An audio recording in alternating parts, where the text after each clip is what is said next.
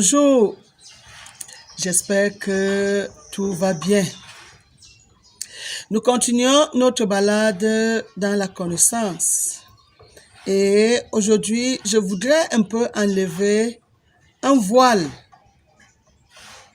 au niveau de la pensée humaine. Qu'est-ce que j'entends par enlever le voile?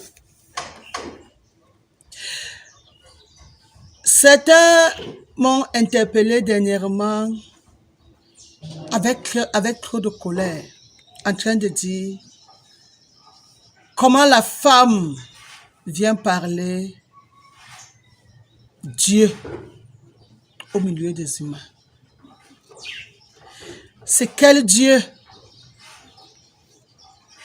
qui parle à une femme?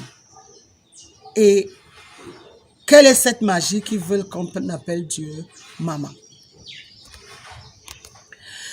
Je tiens à dire aux uns aux autres que l'ignorance dans notre monde a entraîné l'incompétence. L'ignorance a entraîné la mauvaise façon d'appréhender et de profiter même de ce qui était disponible parce que nous avions été ignorants. Je veux qu'on regarde les choses beaucoup plus claires aujourd'hui. Qu'est-ce qu'une femme? Une femme est un être humain de sexe féminin. Un être humain de sexe féminin. Il y a un mouvement qu'on appelle le féminisme. Mouvement qui préconise l'amélioration et l'extension du rôle et des droits des femmes dans la société. Lorsqu'on dit une femme, laissez-moi vous dire que la femme est même la version corrigée de l'être humain. Et parce que Dieu a vu que cette version est parfaite, c'est par rapport à ça que c'est dans la femme que Dieu a donné la grande charge, je veux dire la grande responsabilité, que ce soit dans son sein qu'il refabrique les autres êtres humains. On ne peut pas s'engager à détester un être et que ce soit dans cet être que tu as été fabriqué et que ce soit cet être qui a coulé son sang pour que tu viennes au monde. La femme. En petit français, qu'est-ce que je veux dire? Le même mouvement que les parents exercent pour faire l'enfant de sexe masculin est le même qu'ils font pour que l'enfant de sexe féminin vienne au monde. Les mêmes entrailles de la mère qui sont disponibles pour l'enfant de sexe masculin le sont également pour l'enfant de sexe féminin. La même douleur qu'une mère ressent pour faire l'enfant de sexe masculin, elle ressent la même douleur pour faire l'enfant de sexe féminin. Le même sang que la mère coule pour l'enfant de sexe masculin, la mère le coule pour l'enfant de sexe féminin. Ça veut dire, on ne peut pas parler de l'espèce Homo sapiens en disant les hommes ont plus de chance que les femmes n'en ont. La même poitrine que les mamans allaitent des enfants de sexe masculin, c'est la même poitrine qu'ils allaitent les enfants de sexe féminin. Je voudrais donc vous dire que quand on fait le trousseau d'un enfant, on s'attend à un enfant et non à un sexe. Et il est temps que le voile tombe et qu'on regarde l'être humain avec un regard plutôt d'apaisement et non un regard de guerre. Quand on est encore à l'école de Dieu, vous allez comprendre que Dieu regarde alors même plus les âmes.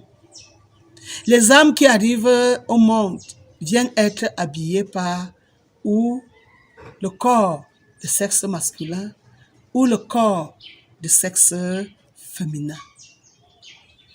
On ne saurait regarder quelqu'un par rapport à son habillement, mais par rapport à la valeur extrinsèque qu'il dégage. Lorsque je regarde encore la femme, parce que j'en suis une, Dieu nous a donné tellement de responsabilités et on ne peut donner les responsabilités qu'à quelqu'un qui a des compétences, qui a des performances, qui a des capacités et la personne à qui on attend qu'il ait un résultat dans le travail, un résultat satisfaisant.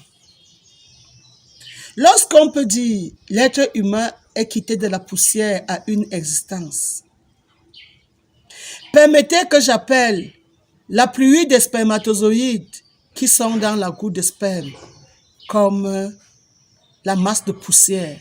Poussière à ce moment-là au niveau de la petitesse de le grain de poussière, c'est ainsi qu'il y a la petitesse du spermatozoïde.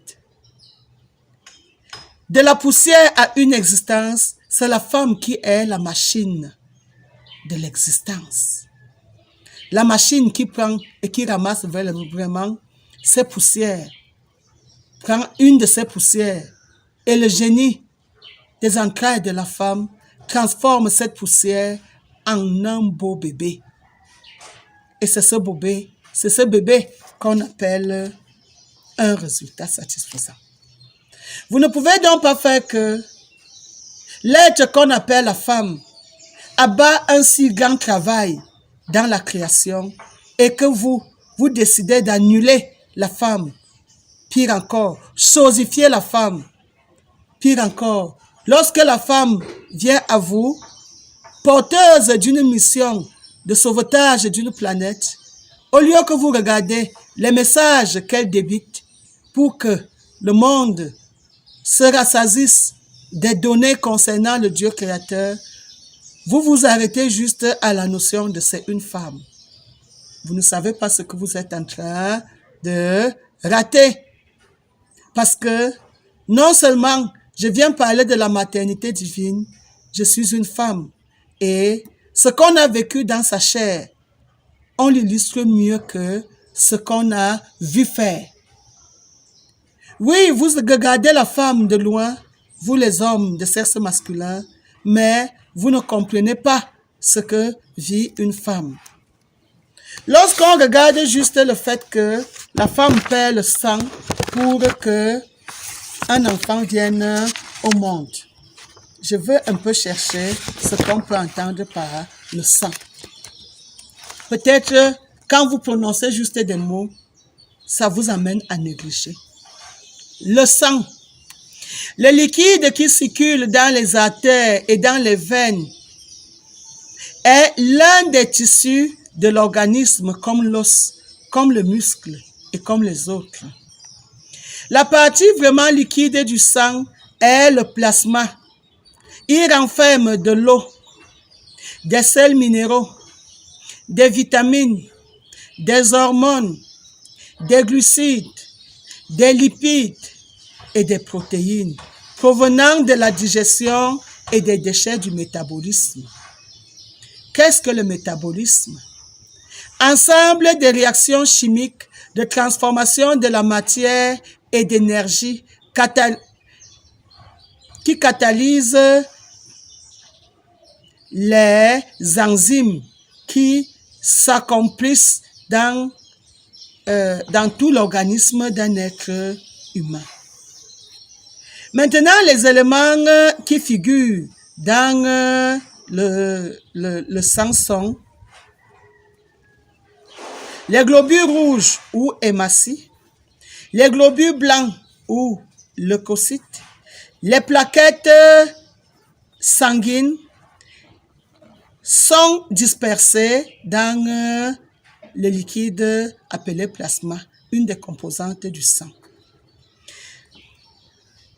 Les plaquettes sont les éléments des fragments de grosses cellules de la moelle osseuse et qui permettent l'hémostase, l'arrêt des hémorragies dans la formation des chaos. Les hématies, quant à eux, transportent l'hémoglobine et c'est l'hémoglobine qui permet à l'oxygène de quitter des poumons vers les autres organes du corps. Et maintenant, les plaquettes, les globules blancs sont les défenses immunitaires de l'organisme. C'est la partie là que la femme dépense encore pour que la vie soit. Quand donc on peut passer le temps à dire si quelqu'un est déjà une femme, ça ne vaut pas la peine. Regardez, si je regarde donc l'investissement de la gente féminine dans la création d'un être humain, la femme investit moralement, matériellement, énergétiquement, physiquement. Elle dépense même son temps pour qu'un être humain soit fait. 9 mois, ce n'est pas de la blague. Aujourd'hui même encore, la femme dépense les finances. Si je regarde ce que le père dépense, oui, il dépense les finances. Dans le matériel proprement dit, il a donné les spermatozoïdes. Cette poussière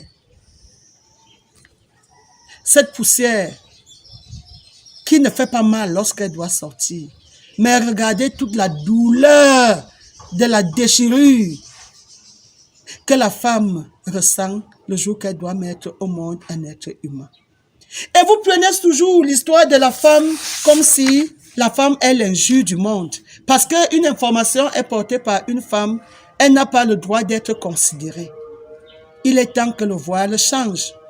Le monde de Dieu est un monde d'évolution.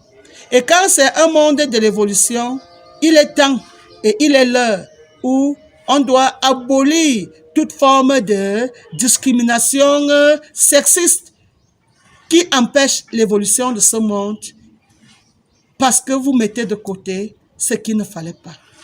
La femme reste un être humain de sexe féminin. Comme vous les hommes, vous êtes les êtres humains de sexe masculin.